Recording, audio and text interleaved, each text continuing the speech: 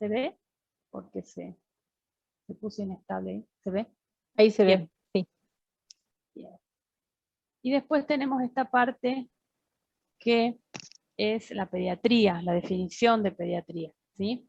Tenemos que saber que deriva de dos significados, digamos, etimológicos, ¿no? Que significa paidos, niños, y atrea, curación, ¿sí? Por eso eso significa pediatría. Constituye una disciplina que se va a ocupar del ser humano en una etapa trascendente de la vida, como la del crecimiento y el desarrollo, o edad evolutiva. Entonces hay diferencias, ¿no?, entre lo que es un niño y en lo que es un adulto. Nosotros no podemos decir que el niño es un adulto pequeño. ¿Por qué? Porque hay diferencias en la función de los diferentes sistemas orgánicos. Obviamente nosotros tenemos que tener en cuenta la madurez por la que va pasando el niño, desde que ya está en el vientre de la mamá, apenas nace, y durante los 2 primeros años de vida, donde las funciones digestivas y absortivas, todo lo que hace digestión, madurez de los órganos en general, van pasando por diferentes etapas hasta que llegan a su madurez final, ¿no? Entonces todo eso tiene que ver con que nosotros sepamos en qué etapa se va a encontrar este bebé, y dentro de esa etapa cuáles son esos factores que tenemos que tener en cuenta para poder alimentar. Son diferentes en la respuesta a los efectos de la enfermedad, en los tipos de patologías, en la dosificación y tolerancia a ciertas drogas, en la capacidad mental y motora, y en el patrón de respuesta emocional. La pediatría se divide en pediatría clínica, en preventiva y social, ¿sí? Todo lo que tiene que ver aquí con lo social es obviamente todo el entorno, ¿sí?, que rodea a ese niño, a esa familia, ¿sí?, y va a tener que ver con las patologías pediátricas que puede llegar a tener en ese momento el paciente. Entonces yo, conociendo la patología por la que está atravesando el paciente, podré tratarla, ¿sí? Eso se trata la pediatría clínica. La pediatría preventiva abarca la pediatría primaria, la secundaria y la terciaria.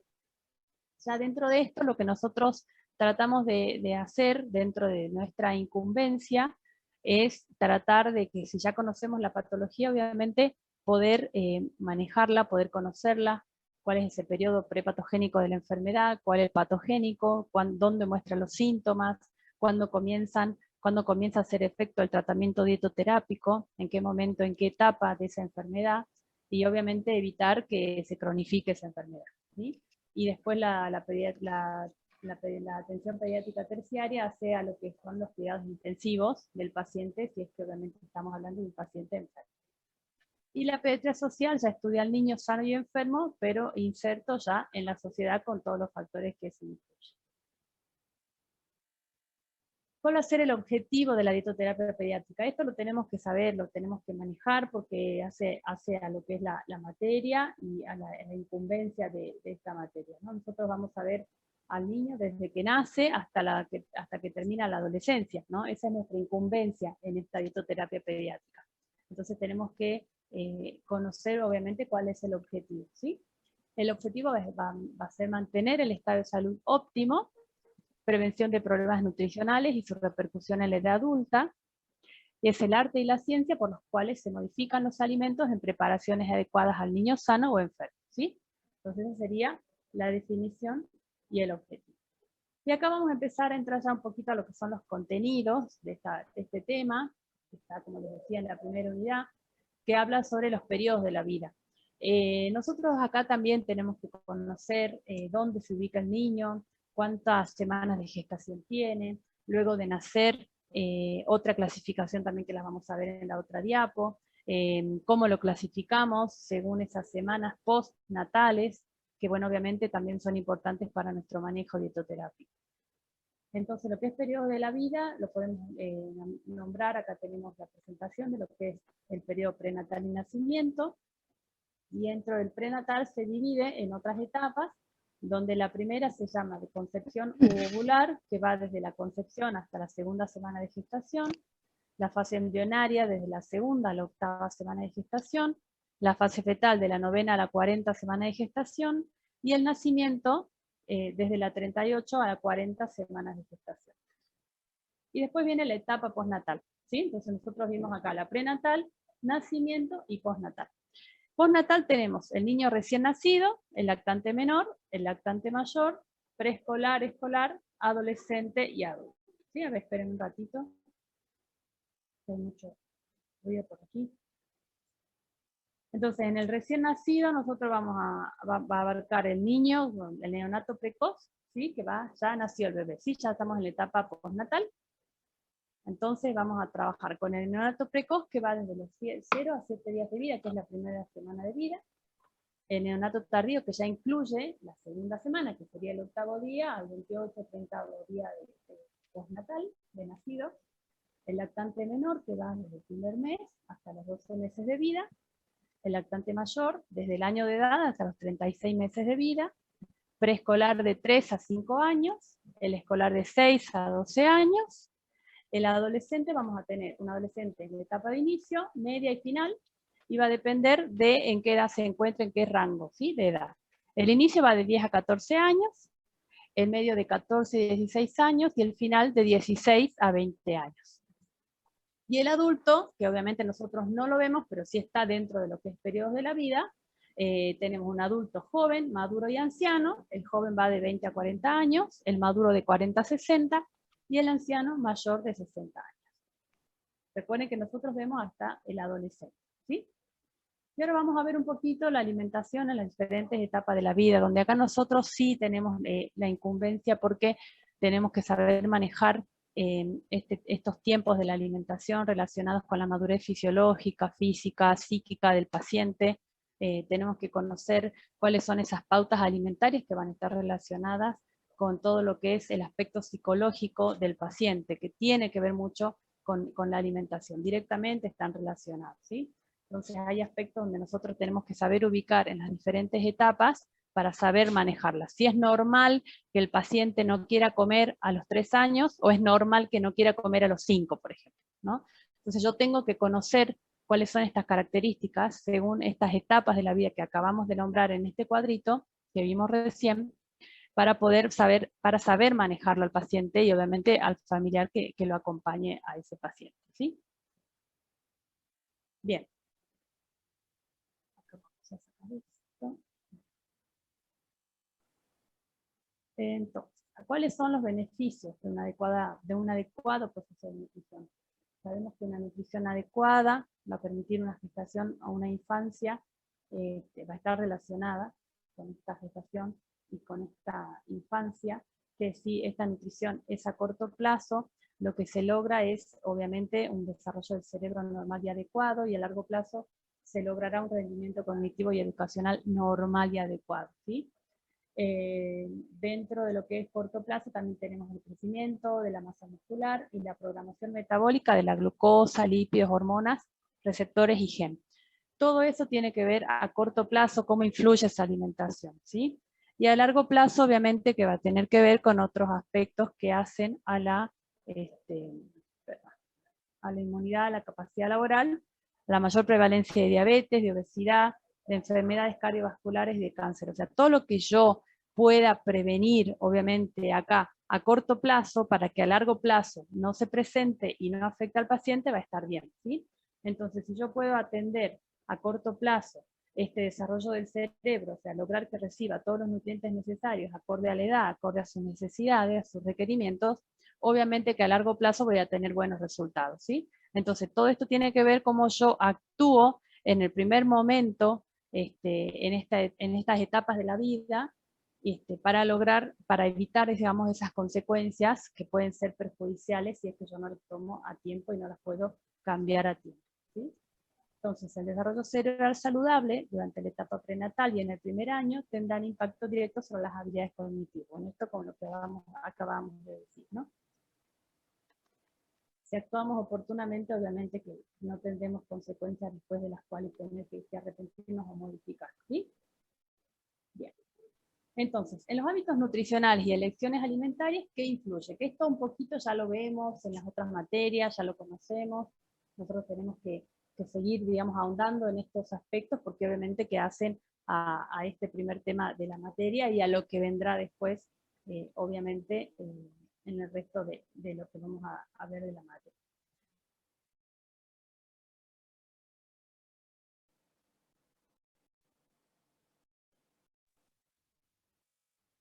Bien, entonces acá vamos a ver. ¿Qué tiene que ver la necesidad energética, la variedad de los nutrientes? O sea, todos estos factores están relacionados unos con otros. Por eso esta es una cascada de factores y de aspectos que van a definir, van a determinar el estilo de vida del paciente, ¿sí? Los aspectos culturales y las preferencias, la educación alimentaria, seguridad e higiene, accesibilidad y disponibilidad, obviamente, a esos alimentos, y el cómo se ofrezcan esos alimentos al niño va a estar determinado por las pautas culturales que van a estar muy arraigadas en la familia y esa población. Como decíamos, todo esto va a definir el estilo de vida del paciente. Pasa.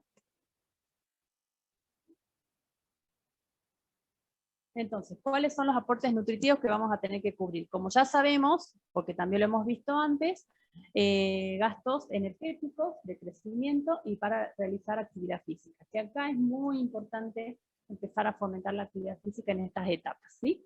Entonces, los energéticos van a estar ligados a ¿qué? A mantener la temperatura corporal y la actividad física. A eso van a estar apuntando los aportes nutritivos. A lo que hace crecimiento, obviamente van a estar muy aumentados durante el primer año de vida y hasta el segundo año, y luego en la adolescencia, ¿sí? Para formar reservas para el adulto. Y para la actividad física, bueno, van a estar aumentadas especialmente en los escolares que practican deportes, pero bueno, acá escolares, pero también obviamente que los preescolares, porque bueno, los preescolares pueden estar iniciando ese hábito de actividad física y se llega a formar del todo y a quedar como un hábito formado en la adolescencia, ¿sí? Bien, ¿cuáles son los factores que van a influir en la ingestión de alimentos? Van a ser 5, ¿sí? Tenemos el ambiente familiar, los mensajes en los medios publicitarios y la influencia de pares. Lo que hace al ambiente familiar tiene que ver con el desarrollo de los hábitos alimentarios, ofrecer diferentes alimentos nutritivos y apropiados en un ambiente y en un momento agradable para comer. Eso es lo que tiene que ver con la ingestión de los alimentos. El mensaje en los medios publicitarios, bueno, sabemos que 50% o más de los alimentos son ricos en hidratos de carbono, simples, grasas y sodio, los que se le ofrecen a los niños. Y bueno, tenemos que fomentar la inactividad favoreciendo el desarrollo de la obesidad, ¿sí? Entonces, todo eso va a hacer que nosotros estemos atentos a ese medio que rodea al niño, ¿no? Sabemos que a veces está prendido el televisor mientras ellos comen, o están tomando la mamadera, ya son lactantes menores, lactantes mayores, están tomando la mamadera y tienen una pantalla frente a ellos, y eso hace que ellos también se vayan acostumbrando a esas publicidades, a esos estímulos, y obviamente que no entienden nada de esa de alimentos, pero sí sabemos que luego cuando ya van creciendo, los empieza a atrapar, ¿no? Ese mensaje, los empieza a envolver ese mensaje lleno de colores, lleno de sabores, que los tienta, y a veces hace que esos hábitos se nos vayan un poquito de las manos, ¿no? Sobre lo saludable y lo poco saludable o no saludable. Y la influencia de los pares tiene mucho que ver porque aumenta con la edad esa influencia y se extiende hacia las actitudes y la selección de los alimentos, ¿sí? Dijimos que eran 5 los factores que influían en la ingestión de alimentos, y nos quedan estos 2, ¿sí? Las afecciones o enfermedades y la velocidad de crecimiento, actividades y personalidad. Lo que hace a afecciones o enfermedades obviamente va a tener que ver con enfermedades agudas y enfermedades crónicas. Las ocurrencias de enfermedades agudas requieren diferentes niveles de nutrientes, diferentes cantidades, concentraciones e importancia de esos nutrientes en la selección, ¿no? Y en las enfermedades crónicas ya dificultan la obtención de nutrientes para un crecimiento óptimo. Entonces lo que tenemos que lograr nosotros con nuestra intervención es que en esas enfermedades agudas resolverla lo antes posible con nuestra intervención, para obviamente evitar deterioros de fase aguda en el paciente y a la vez que se cronifique esa enfermedad, donde se va a hacer mucho más complejo el tratamiento y las alteraciones que pueda llegar a tener ese niño, ¿sí? Y la velocidad de crecimiento, actividades y personalidades tiene que ver con esa evaluación que yo voy a hacer del estado nutricional, con ese seguimiento que vamos a hacer del paciente durante todas estas etapas de la vida. Obviamente ya lo vamos a ver después un poquito más adelante. Bien, lo que estamos viendo acá es un poquito las generalidades. Nosotros ya después nos vamos a empezar a meter un poquito en esas etapas que acabamos de nombrar, ¿sí? Entonces, ¿cómo vamos a desarrollar nosotros los buenos hábitos alimentarios? Tiene que ver la actitud de los padres y los hermanos que va a influir en la alimentación del niño, porque obviamente el niño es quien imita ese tipo de alimentación que tiene el grupo familiar. Hay que evitar el estrés emocional en lo posible, hagamos lo posible, o la participación en actividades que interfieren con el horario de las comidas, ¿sí? Estimular comportamientos positivos frente al alimento, saber que cuando nuestro niño está comenzando a comer, yo no tengo que mostrar ninguna actitud negativa hacia ese alimento. Si a mí no me gusta, pues a mi niño capaz que sí, entonces yo no puedo decirle, a ver, quizá esto esté feo, pero probalo. No, tengo que yo mostrar siempre una actitud positiva para que ese inicio de la alimentación y permanencia de una buena alimentación se mantenga. Si no come durante una comida, esperar a la siguiente. Eso es bien importante. A veces no tenemos por qué obligarlo a que termine su plato de comida o a que realice su comida, porque quizá no tiene hambre, quizá acabó de tomar su mamadera y entonces la primer comidita que le sigue no tiene hambre, entonces no puedo obligarlo a comer, porque eso también hace que a la larga ese paciente rechace la comida, ¿no? Entonces, vamos a ver ahora los periodos de la alimentación. Lo que nosotros vimos recién fueron los periodos de la alimentación, los periodos de la vida, y ahora vamos a ver de esos periodos de la alimentación infantil. Cómo se comporta cada uno de nuestros niños, nuestros pacientes en cada una de estas etapas y cuáles son las características, ¿sí? Bueno, acá lo vamos a clasificar en lactante menor, mayor, preescolar, escolar y adolescente.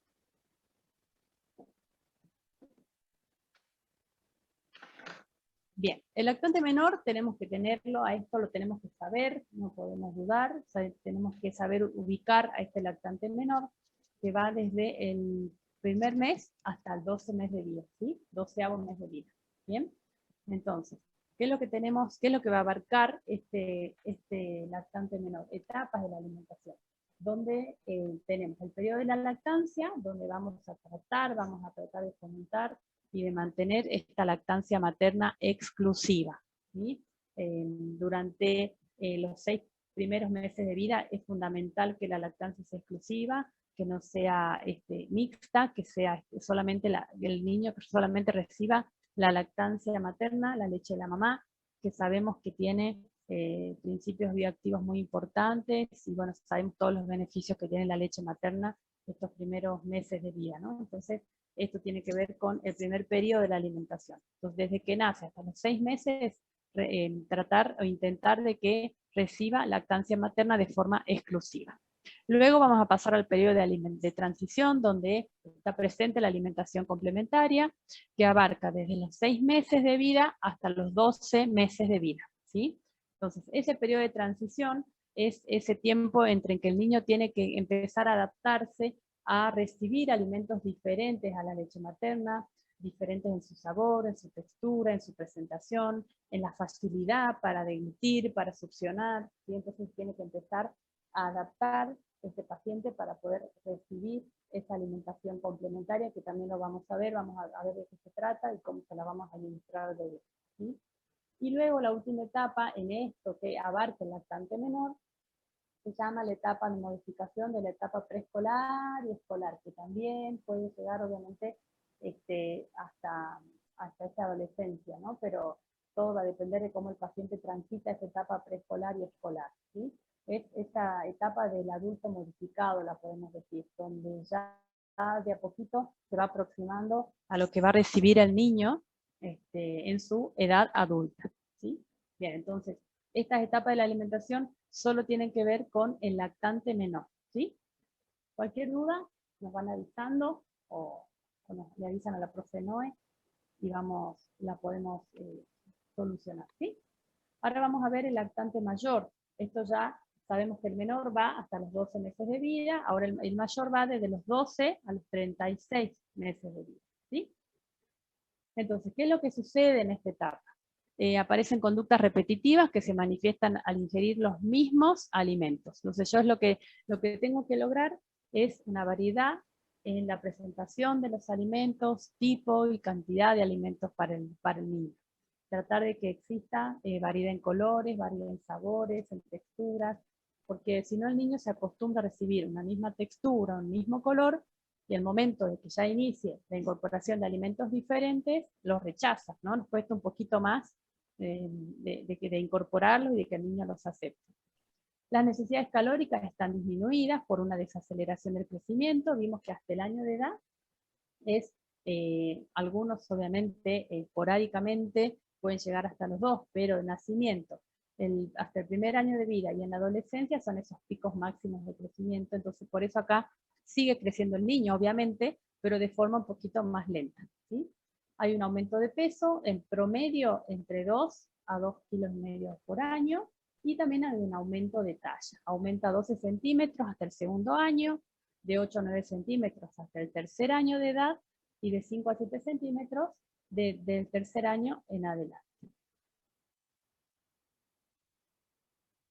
Bien, ¿cuáles son estas pautas alimentarias de las que hablamos nosotros en este lactante mayor? Estas pautas alimentarias son como características, ¿no? Que tienen que ver, que están relacionadas con lo que recién hablábamos de cada una de estas etapas. Nosotros lo que tenemos que entender es cómo se caracteriza fisiológicamente esta etapa, como vimos recién, un poquito, muy simple, porque después vamos a adentrarnos un poquito en cada una de estas etapas, en cada una de las patologías por las que vaya pasando el niño, pero nosotros tenemos que conocer cuáles son esas pautas alimentarias importantes en cada etapa para poder conocer nuestro manejo en la alimentación, ¿sí? Entonces, ¿qué pautas alimentarias tiene este niño ya que ha salido de la lactancia materna exclusiva, que ha pasado por la alimentación complementaria y que ya ha comenzado a incorporar alimentos variados, similares a los que recibe la familia? La dieta es variada, es equilibrada e individualizada. Eso siempre, eso obviamente en todos nuestros aspectos de lo que es el tratamiento dietoterápico, ¿sí? Las normas nutricionales son flexibles, como decíamos recién, no podemos obligar ni exigir al niño que tenga que comer si es que realmente no tiene ganas, no tiene hambre, no tiene ánimos de comer. Dificultad para masticar o admitir nuevos alimentos puede pasar, obviamente, que tiene que ver un poquito con el desarrollo de la dentición, ¿sí? La selección de las grasas, que siempre vamos a tener precaución, pero ojo, no tiene nada que ver con lo que sería ofrecer alimentos descremados, ¿no? Acá lo que nosotros queremos hacer es seleccionar la cantidad de grasas en el 30% del valor calórico total, o un poquito menos, depende esa distribución porcentual de hidratos de carbonos y proteínas que tenga la dieta del niño, pero bueno, hacer una buena selección, obviamente ofreciéndole una buena calidad y cantidad de las grasas. A eso nos referimos, no hacer una selección en cuanto al contenido de esas mismas grasas, ¿no? Y bueno, vamos a ofrecer alternativas con diferentes sabores, texturas y colores. ¿Por qué? Porque es un niño que viene de comer prácticamente una papilla durante 6 meses, ¿sí? Que bueno, si yo aprendo a conocer esas texturas mes a mes, entre esos 6 meses y 12 meses, obviamente que no lo voy a dejar con esa papilla tanto tiempo, pero bueno, tiende obviamente a hacer hasta los 12 meses una alimentación que tiene una consistencia muy blanda, como que tenemos miedo a darle sólidos y de la forma en dárselos también. Entonces, a veces cuesta un poquito a partir de los 12 años en adelante, porque ya el niño puede empezar, obviamente, a comer y a masticar de manera similar a la de un adulto. Entonces, por eso acá es que tenemos que estar atentos a estas alternativas de comidas y de texturas. Bien, entonces vamos a ver ahora estas diferentes etapas de la vida, que ya vimos un poquito lo que son lo que es el lactante mayor, el lactante menor, y ahora vamos a ver el niño en la etapa preescolar. Bien, entonces tenemos que saber, como vimos al principio de la clase, esas etapas de la vida, ¿no? ¿Cuál es la edad que incluye este niño preescolar? ¿Sí? Entonces, de 3 a 5 este niño en edad preescolar. ¿Qué es lo que pasa? ¿Cuáles son esas características alimentarias? Hay un periodo de transición entre la lactancia y la alimentación variada y activa, escolar y adolescente. ¿Sí? Ya vamos apuntando un poquito a lo que es ya el niño un poco más grande, más independiente, pensando ya en un niño que puede comer solo y elegir solo sus comidas, ¿no? Es una etapa de desarrollo y de adquisición de habilidades, de hablar, de comer y relacionarse socialmente. y cumple objetivos nutricionales, socioeconómicos y de formación de hábitos. O sea, tiene que ver con dónde está el niño inserto, en qué sociedad está inserto ese niño, y va a tener que ver con esos hábitos alimentarios. Entonces no es lo mismo un niño que vive aquí en Salta Capital a un niño que vive en La Poma, ¿no? Obviamente que yo voy a cumplir el mismo objetivo nutricional en ambos niños, porque mi objetivo será que lograr un crecimiento adecuado a su edad, ¿no? Y a otros factores más que lo podemos después nombrar. Pero sí va a ser diferente a esos hábitos donde yo voy a empezar, con qué alimento voy a empezar, o con qué alimento yo ya estuve en esa complementaria, y a partir de los 3 años, porque es esta etapa preescolar de la que estamos hablando, qué tipo de alimentos vamos a poder ofrecerle a este niño. Entonces sí tenemos que tener en cuenta todos estos aspectos en esta etapa preescolar. Es una etapa de crecimiento más lento. Recuerden que desde aquí hasta la adolescencia hay un crecimiento lento. En la adolescencia recién vuelve a aumentar ese último pico de crecimiento de la vida del niño, ¿sí? Es más lenta y el apetito también, ¿sí? Acá podemos ver que el niño juega, el niño se distrae con mucha facilidad, entonces a veces tenemos que estar corriendo atrás del niño para que pueda comer, porque está más interesado en el juego que en la comida, ¿no? Come mejor cuando están relajados, cuando no están agotados, ¿sí? Obviamente porque si están cansados no tienen hambre, ¿no? Obviamente quieren dormir y quieren descansar, ¿sí? Hay más interés por el juego que por los alimentos, ¿sí? Entonces por eso hay como un interés disminuido con respecto al apetito. Esto es bien importante porque este desinterés por el alimento, porque está prestando más atención al juego, no sucede en la etapa escolar, ¿sí? Y no sucede en la adolescencia. Entonces, por eso nosotros le dejamos bien marcadas, obviamente que la teoría está un poco más extensa, pero lo que nosotros hacemos en estas diapositivas es mostrarle los aspectos más importantes de los temas que estamos viendo en la semana, pero bueno, acá queremos destacar lo más importante particularmente de cada una de estas etapas, porque son muchísimas las características que podemos encontrar. Según los autores que ustedes vayan a consultar, van a encontrar mucha diversidad de contenidos, ¿sí? Pero nosotros tratamos de ponerles lo más sencillo y lo más común según estas etapas. ¿Qué comportamiento alimentario vamos a encontrar acá en este preescolar? Van a iniciar los gustos personales, mayor socialización, porque obviamente comienza ya, empezamos a dejar un poquito solos, ¿no? Porque la mamá trabaja, porque el papá trabaja, porque no podemos cuidarlo con horarios habituales, digamos, entonces lo dejamos en guardería, lo dejamos con el abuelo, y a la vez eso se va haciendo toda una cadena de socialización, de nuevos gustos, ¿no? Porque la abuela cocina distinto que la tía, que la mamá, que el papá y que la guardería, ¿no? Entonces también aparece esta neofobia, es ese miedo o ese rechazo, ¿no? Al alimento nuevo. Esto también es bien característico de esta etapa, no lo encontramos en otras. Ya come solo, utilizando el tenedor, como decíamos, cada una de las etapas tiene que ver con esa madurez física, psicológica, ¿no? del niño, y esto de que coma solo utilizando el tenedor es porque ya tiene una destreza particular y que va obviamente mejorando con la práctica. Hay una diferencia en la comida, ¿no? De los materiales no comestibles, o sea, el niño está jugando con cubitos de madera o formitas de madera, pero sabe que eso no se come, sabe que no es comida, entonces no se lo mete a la boca, ¿no? Y no desarrollan los tiempos de alimentación justamente porque todavía no lo conocen. Acá nosotros es donde ya empezamos, ya desde sacamos esa lactancia materna exclusiva a los 6 meses y empezamos con la complementaria, es donde comenzamos a formar los hábitos alimentarios dentro de lo posible, de lo más sanos y los más saludables posibles, ¿no? Sanos y saludables, pero tratamos de que el niño se alimente lo mejor posible y de crear buenos hábitos para que no tener que llegar a esa intervención de tipo de pediatría terciaria, ¿no? Donde nosotros ya teníamos un paciente que estaba en una terapia intensiva para atenderlo y para cuidarlo. Entonces tenemos que evitar la aparición de enfermedades crónicas no transmisibles, no fomentar el sedentarismo, sino la actividad física. Bueno, todo eso tiene que ver con que yo comienzo en estas etapas a formarlos para que sea un adulto sano.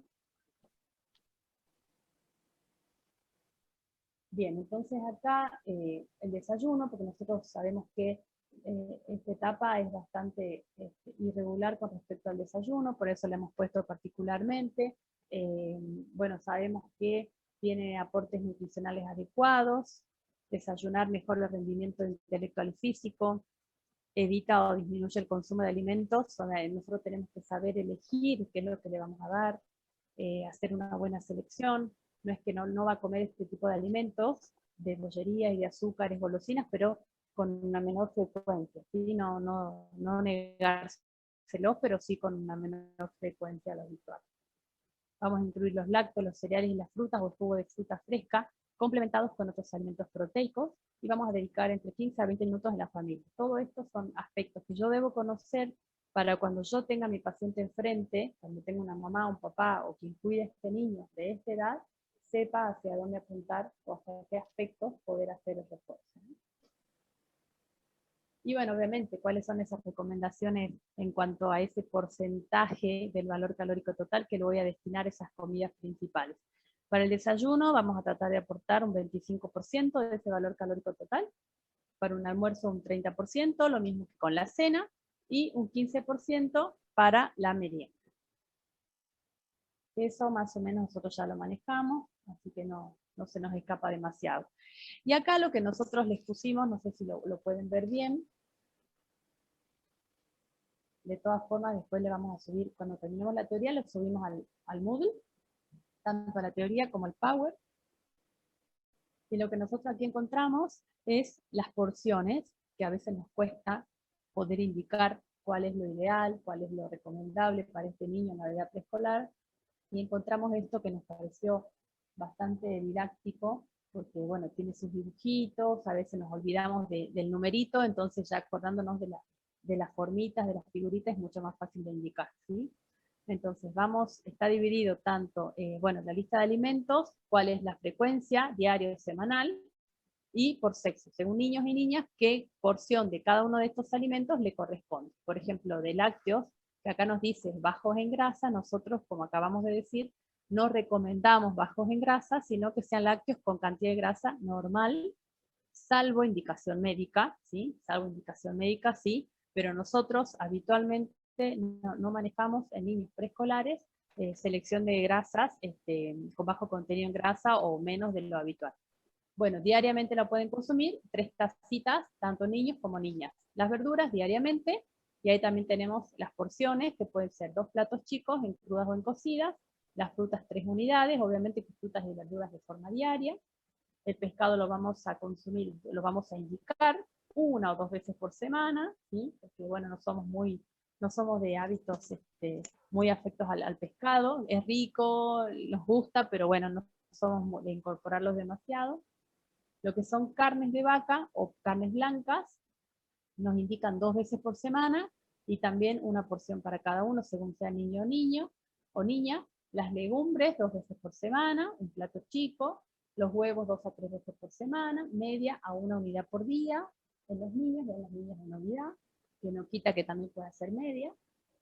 Los cereales 4 o 5 veces por semana, y vamos a incorporar en niños también un plato chico, y en niñas igual. ¿Sí? Los panes 1 unidad, en las niñas media unidad, pero tampoco quita que pueda ser 2 unidades, como está el dibujito en los varones. Aceites y otras grasas diariamente, ¿sí? Lo que se necesite, no en exceso. Y en agua, obviamente, 5 vasitos o 6 vasitos diarios. Y el aporte calórico, obviamente esto es un promedio, pero bueno, ya vamos nosotros a calcular particularmente porque vemos pacientes, no población, así que vamos a aprender a calcular el requerimiento de cada uno de ellos. Bien, entonces acabamos de ver lo que es la alimentación del preescolar, cuál es lo importante de cada una de esta etapa, lo importante de esas pautas alimentarias que tenemos que conocer, identificar, y cuáles serían esas indicaciones alimentarias, ¿sí? Ahora vamos a hablar sobre lo que es la alimentación del escolar.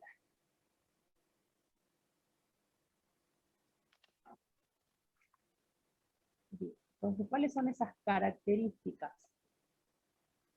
Hay una escolarización ¿sí? Entonces ya el niño escolar, como dice la palabra, ya está escolarizado, ya asiste a la escuela en sus diferentes turnos, diferentes tiempos, pero bueno, ya acá hay una autonomía, ¿sí? Tanto eh, física, mental, como también alimentaria, ¿sí? Ya sabe comer solo, ya puede usar su cuchillo, ya puede cortar.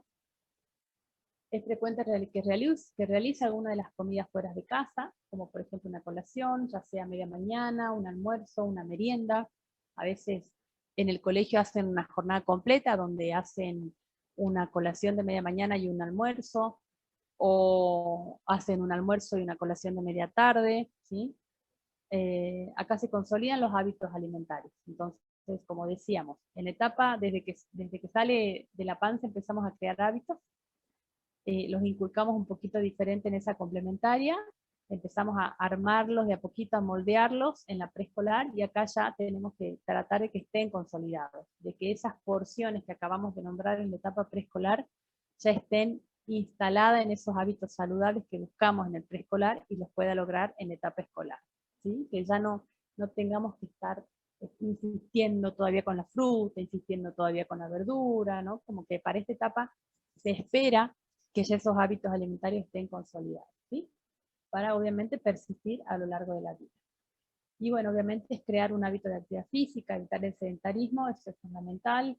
Una buena alimentación tiene que estar acompañada de actividad física, ¿sí? Bien. En esta etapa solo existe un aumento gradual de las cantidades, estamos hablando de las porciones, ¿sí? Aumenta el apetito, el deseo de integrarse en los hábitos familiares y de agradar e imitar a los demás. El niño es capaz de aceptar cualquier alimento presentado de la misma manera que para los adultos. Es una etapa muy sensible a carencias o desequilibrios, ¿sí? Pero también es un crecimiento estable. Entonces, tengo que tener en cuenta qué hábitos alimentarios tiene el niño, si ya los tiene instalados o no, y obviamente seguir formándolos. No quita que si no lo hice antes, no lo puedo hacer ahora. Tengo que seguir insistiendo en eso. Y el sedentarismo, obviamente, evitarlo para tener una mejor calidad de vida, ¿sí?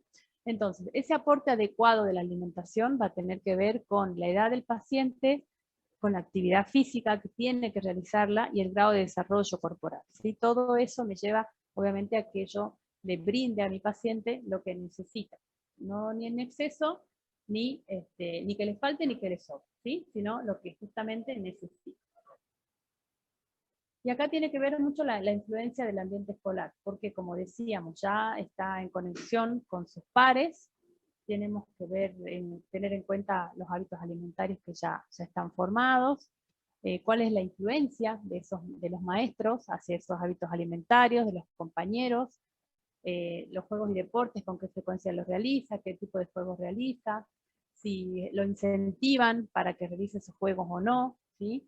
Y qué se dispone de ese kiosco escolar para que el niño consuma durante ese tiempo que está en la escuela, ¿sí? Ya sabemos, ya todos conocen que las escuelas cuentan con kioscos saludables, y bueno, entonces es lo que se logra, se intenta que el niño, tanto en la casa, que es donde se forman los hábitos, los buenos hábitos alimentarios, se sigan formando también en la escuela, ¿sí? Entonces contar con esa ayuda de los kioscos saludables es bastante bueno para que el niño siga en esa línea de fomentar esos buenos hábitos saludables. ¿Cuáles son las características alimentarias de estos pacientes? Recuerden que en el preescolar como principal tenemos una neofobia, acá ya no aparece, ¿no? Acá nos dice que el niño ya es más independiente, con frecuencia consume alimentos y bebidas que selecciona fuera del hogar, porque como decíamos, puede tener horarios dentro de su diario los hace fuera de casa y ahí necesita comer diferente. Ya sea que se lo lleva de casa o lo consigue en diferentes lugares donde se consiguen, donde se compran alimentos, un yogur, un sanguchito, los snacks, bueno, ya sabemos dónde los puedan conseguir, ¿sí? El horario de comida va a ser cada vez más regular. Recuerden que el preescolar todavía no tenía conocidas ni definidas esos horarios de alimentación y de comidas. Acá sí, acá ya las conoce, ya sabe cuándo es el desayuno, el almuerzo, la merienda y la cena. Desaparecen las apetencias caprichosas y los conflictos con el alimento, que es más o menos lo que suele reinar y ser en mayoría en el preescolar. ¿Sí? Acá en el escolar ya estos caprichos y conflictos con el alimento tienen que desaparecer, pero sí van a persistir las preferencias o aversiones. Por eso es que acá nosotros insistimos con que los hábitos alimentarios se tienen que formar mucho antes para que en esta etapa sea más fácil ya que estén instalados. ¿Qué consejos alimentarios entonces le vamos a dar a quien cuide o a quien esté a cargo de este niño? Fomentar el consumo de frutas y verduras, favorecer y mantener la variedad en las formas culinarias y en la preparación y presentación de los menús, evitar el exceso de sal y costumbre de agregar a las comidas. O sea, si ya se cocinó con sal, no es necesario agregar. Y favorecer la apetencia de alimentos de peor aceptación, ¿sí? Rebozar verduras o pescados, o sea, buscar la forma en que yo sé que a mi niño le va a gustar la verdura, si no le gusta verlas así en un tipo salpicón, bueno, veo de hacerla rebozado, como dice aquí, o en una tarta, o en croquetas, para que las pueda incorporar. Limitar el consumo de azúcares. Acá dijimos limitar, no lo estamos evitando, ¿sí? Golosinas, caramelos, bebidas azucaradas, tomar agua como bebida principal. Recuerden que 5 vasitos o 6 al día está perfecto. No descuidar la higiene dental, justamente porque aquí ya los dientecitos definitivos ya están apareciendo, ya se van quedando, se van yendo los de leche, así que tenemos que cuidar esa dentadura que le va a quedar para toda la vida. Establecer la alimentación de acuerdo a las preferencias del niño y condicionantes socioeconómicos, ¿sí?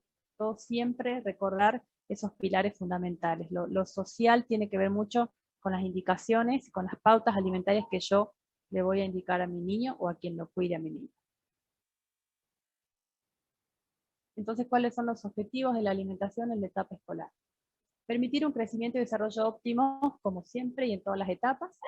Prevenir las enfermedades relacionadas con la alimentación, por eso cuidamos la sal, cuidamos las golosinas, fomentamos la actividad física y la ingesta de agua. Brindar un aporte adecuado de los nutrientes para desarrollar satisfactoriamente las actividades escolares. Sabemos que el desayuno nosotros lo nombramos en la etapa preescolar, pero no quita que también aporte los mismos beneficios, como ya dijimos recién, en la etapa escolar, y necesaria, ¿sí? Beneficios necesarios. Y el otro objetivo es promover la adquisición, desarrollo y formación de hábitos alimentarios correctos, ¿sí? Es lo que venimos repitiendo en cada una de las etapas. Y acá nosotros en el preescolar nombrábamos el desayuno, acá vamos a nombrar la merienda, justamente porque no la habíamos nombrado anteriormente, ¿sí? Entonces no vamos a usar bebidas, colas o snacks, vamos a tratar de darle las colaciones lo más saludable posible, ¿sí? Que no estén con alto contenido en grasas, que no presenten alto contenido en azúcares ni en sal.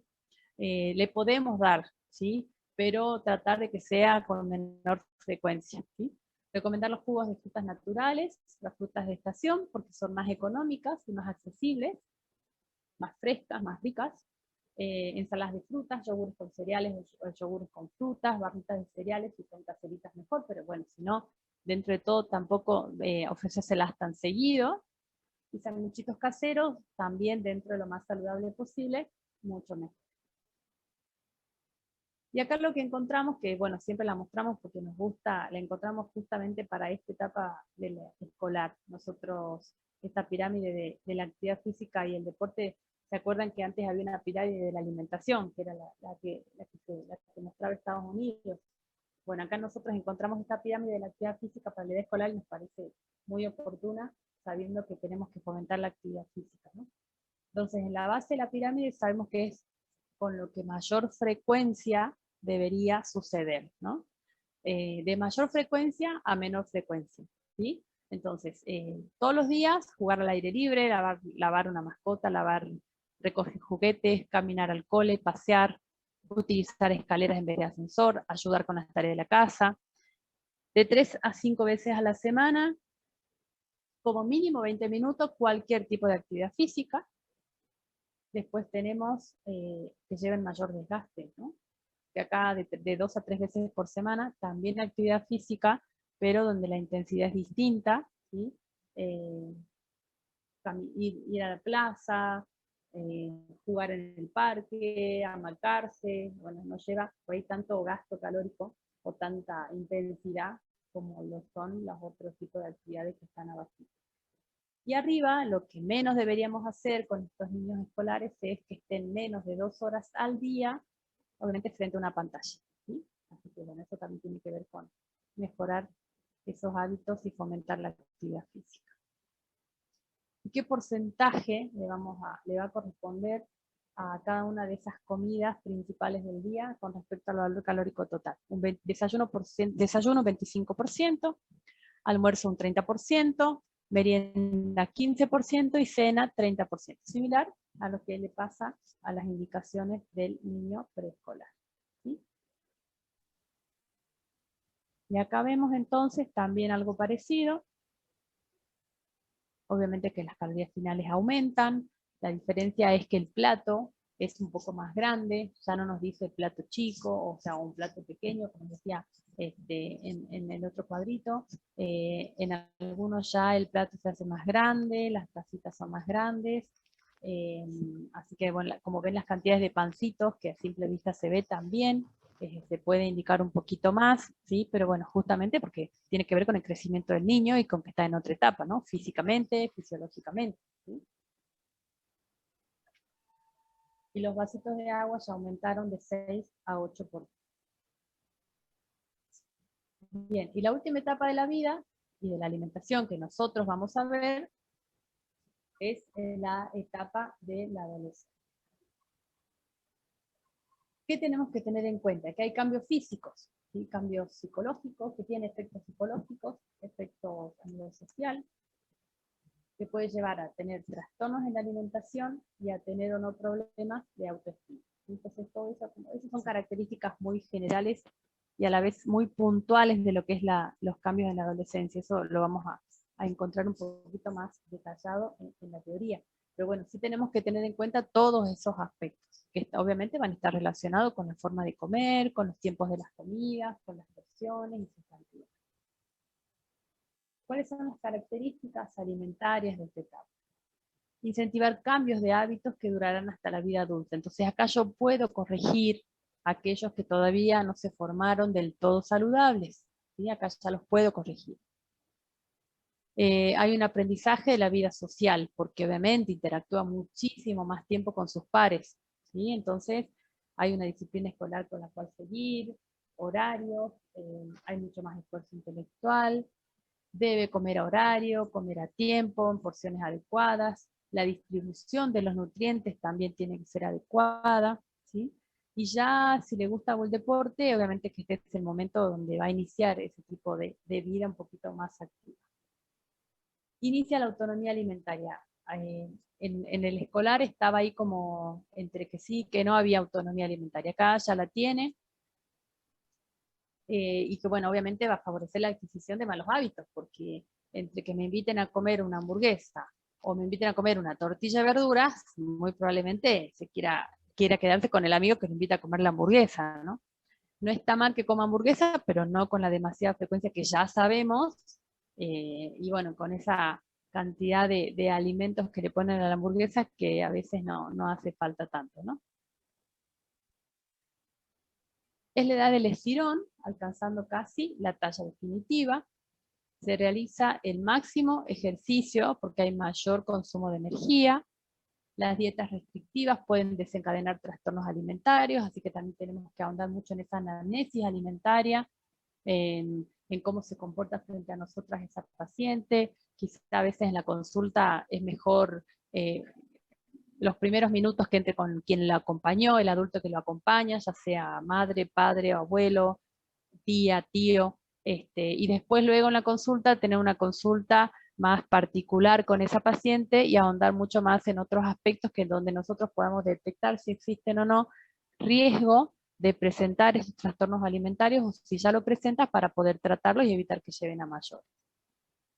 Acá, bueno, hay obesidad en la adolescencia, que es un riesgo de padecerla en la vida adulta.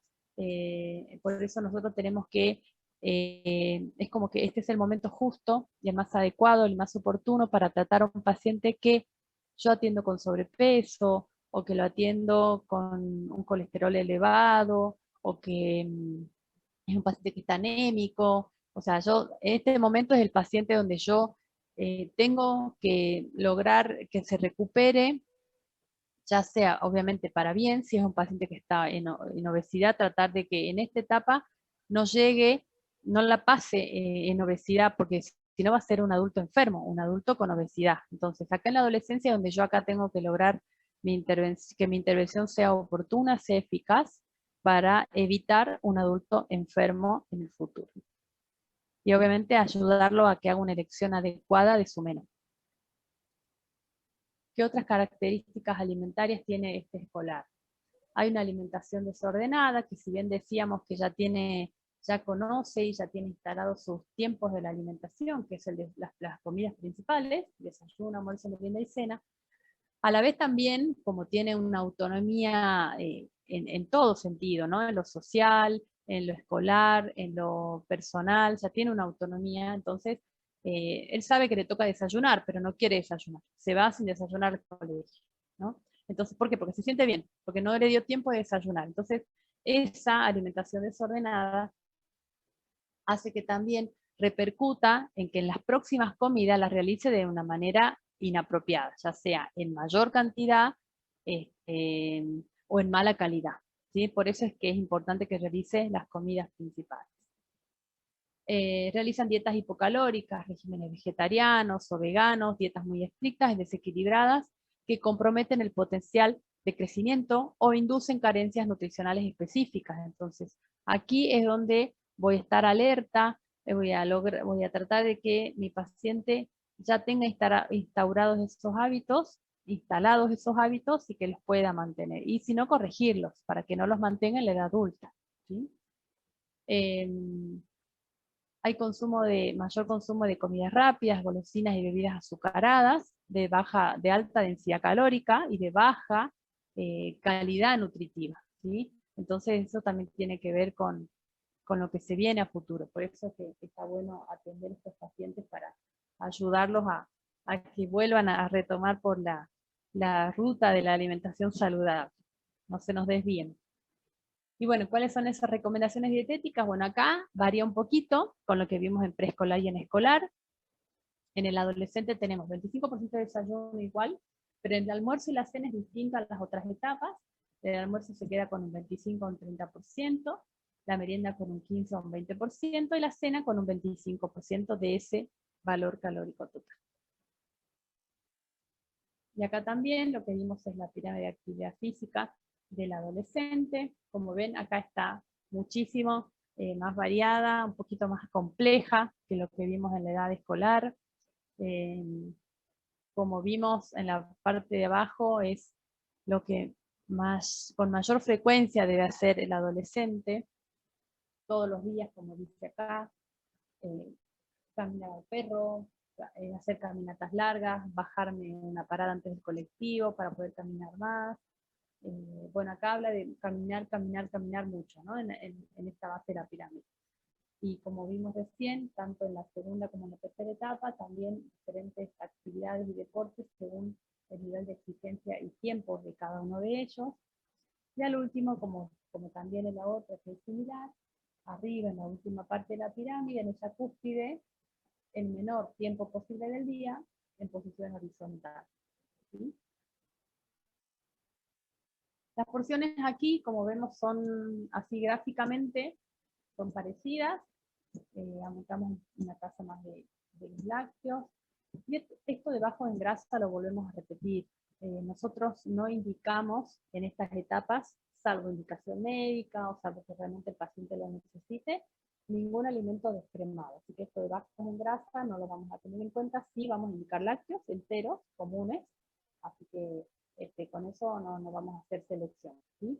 Sí con el tipo de preparación. O sea, nosotros le vamos a decir al paciente, bueno, a ver, hoy comiste milanesa frita, pero bueno, trata de que en la semana no haya otra fritura, ¿no? Entonces no es que no hiciste mal, no tenés que comer frituras, no, al contrario, lo puede hacer, pero esas frituras saludables, donde yo conozco el manejo de ese aceite, la limpieza, cuánto tiempo lo usé, Entonces todos esos detalles, esos tips son los que nosotros tenemos que brindarle al paciente y a quien los cuida y a quien va a la consulta para poder mantener esos buenos hábitos, ¿sí? Bien. Entonces, ¿cuáles son las reglas de oro de la alimentación saludable? Mantener un peso estable, obviamente que va a ser signo de un equilibrio nutritivo, consumir variedad de alimentos controlando la cantidad, comer despacio y masticar bien, tiene que ver con la digestión, con la saciedad, ¿sí? Y evitar el exceso de grasas de origen animal, el exceso, ¿sí? No evitarlas a las grasas de origen animal. Incluir hidratos de carbonos complejos y fibras, porque sabemos los beneficios que tiene, limitar el consumo de los azúcares en exceso, bebidas, es agua fisiológica por excelencia, así que siempre indicar el agua como primera forma de hidratar al paciente, esa es su primera opción de bebida, y la actividad física practicarla en forma moderada, ¿sí? Para quienes no somos muy amantes de la actividad física. Y el rol de los padres, bueno, es fundamental en todas las etapas, en todas, absolutamente en todas. Entonces tenemos que tratar de que los padres organicen el horario de las comidas, intentar comer en familia, charlar, interactuar como familia, no uno comiendo en cada una de sus habitaciones o en diferentes horarios, tratar de coordinar el horario de la comida para que sea un momento de compartir, un momento de charla, un momento agradable, no comer renegando, comer apurado, eso no nos sirve, comer estresado no nos sirve, ¿sí? Evitar el picoteo, porque obviamente que ayer nos lleva a un desorden alimentario. La dieta, procurar que sea variada, procurar, ¿sí? Y no utilizar la comida como una manera de resolución de problemas o el aburrimiento, porque también lleva a trastornos alimentarios. Y estas son las conductas que nosotros podemos modificar y la podemos ayudar. Esta diapo nos gusta mucho, por eso la ponemos aquí, porque sabemos que nosotros podemos ser factores de cambio ante cualquiera de estos hábitos, que obviamente no son saludables, así que nosotros tenemos las herramientas para poder modificar todos estos hábitos y lograr que nuestro paciente crezca sano, saludable y en condiciones óptimas, ¿no? Así que todas estas opciones que están aquí, nosotros sí las podemos modificar y sí podemos ayudar. Bien. Esto sería todo, nuestra primera clase.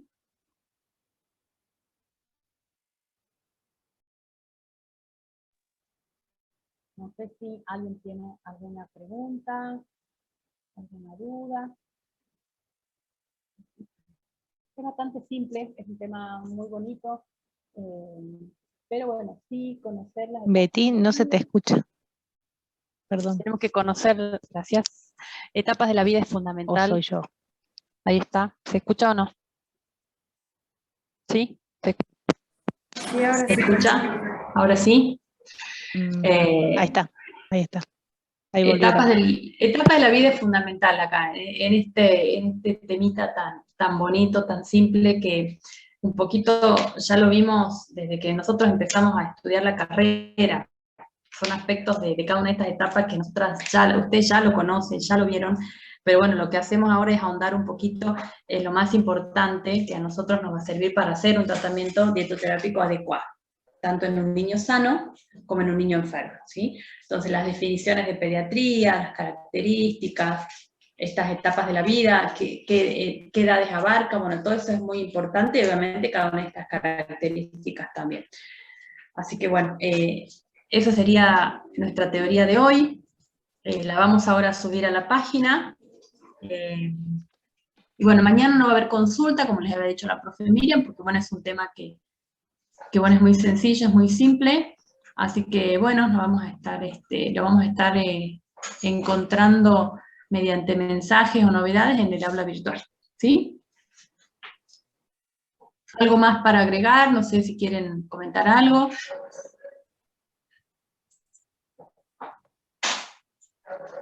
¿Nada más? Bueno, gracias por estar, por su tiempo y nos vemos, no sé, alguien levantó la mano, a ver. El lunes no va a haber coloquio, el lunes vamos a juntar dos temas porque este tema es muy bonito, es muy simple, cortito, todos los temas son bonitos, pero bueno, este lo vamos a juntar con el segundo tema, que es recién nacido normal, ¿sí? Así que este lunes descansan, solamente vamos a tener la teoría, y el viernes también va a ser súper tranqui, creo que vamos a darles el tiempo para que completen el formulario y nada más, así que no tendríamos mucho para aportar por ser este primer práctico y este primer tema, ¿sí? Así que de todas formas se lo vamos a estar comunicando para que se queden tranquilos el día viernes, pero muy probablemente no tengamos muchas actividades para hacer sobre este tema. Lo que hacemos nosotros con este tema es dar un inicio de lo que se viene después, ¿no? Que si yo sé interpretar estas etapas y las conozco, seguramente voy a hacer un mejor manejo cuando me llegue un paciente preescolar, escolar y adolescente, ¿no? Así que más que nada es un tema introductorio hacia lo que se viene más adelante, ¿sí? Bien, Sofía levantó la mano, Betty. Hola, profes. Sí, Hola, yo le ¿cómo quería Sofía? preguntar, que en realidad me surgió la duda mientras la profe hablaba, cuando ella dijo de que, no, creo que es en el lactante menor o lactante mayor, no estoy segura, cuando el niño dice que no tiene hambre, que no hay que exigirle que él coma. Entonces, por ejemplo, ¿cómo hacemos en ese caso para crearle el hábito si él no quiere comer, por ejemplo, en el almuerzo? Primero te fijas si es en el preescolar. En el preescolar fue esa característica. Nosotros tenemos que primero tener en cuenta cuál fue la comida anterior. Por ejemplo, a ver, habitualmente cuando empezamos con el almuerzo como primer comida, suele ser un horario no el que usa el adulto, de 12 horas en adelante, a veces entre las 11 de la mañana y las 12 del mediodía. Entonces, en ese tiempo lo que yo hago es, tengo que tener en cuenta que hayan pasado ya 3 horas, un poquito más de la última mamadera que tomó. Entonces, si yo estoy hablando de ese lactante mayor, donde ya, de ese lactante menor, perdón, donde está con sus biberones o con su teta y comenzó a comer, yo tengo que regular esos horarios de mamadera, de teta y de comidas, para que no se superponga, para que no estén muy cercanos, que su última mamadera no haya sido hace 1 hora, porque seguramente que no va a comer cuando vos ya le hayas preparado su comidita, ¿sí? Entonces, ¿cómo hago? Justamente controlando esos horarios de las comidas anteriores, como también las cantidades de las comidas anteriores, ¿no? Porque quizá la anterior fue en gran volumen, en gran cantidad, y todavía sigue con su pancita pupula, pancita llena, y no tiene hambre. Entonces yo no le puedo exigir a que siga comiendo. Entonces tiene que ver mucho eso, ¿no? Ese horario de la comida anterior, su cantidad y qué tipo de... No es lo mismo que haya comido, por decirte, un puré de frutas, a que haya comido una tortilla de verduras con un yogur con frutas de postre, ¿no? Entonces tiene mucho que ver el tipo y la cantidad de comida que le haya ofrecido anteriormente. Bueno, gracias, profe. ¿A vos? Bueno, los días miércoles los solemos usar mucho, así como que hasta las 6 menos 5 nos suele quedar el tiempo justito, pero bueno, este primer tema es muy cortito, muy ameno, y bueno, ya el otro tema ya seguramente nos ocupará un poquito más, pero bueno, de a poquito vamos adentrándonos ya en esta materia tan bonita. Nos vamos a ver entonces el viernes, si Dios quiere. Ya subo la teoría. Eso iba a decir. Y el pago, ¿sí? Ya lo subo al Mood, ¿sí? Y estén atentos, por favor, por la lista de la ficha diagnóstica, que sí lo tienen que reenviar al mail de la cátedra hasta el viernes, ¿sí? Eso nada más, esas serían las únicas actividades que quedan para terminar la semana. ¿Sí? Bueno, muy bien, chicos, muchas gracias por estar. Que estén muy bien, hasta luego.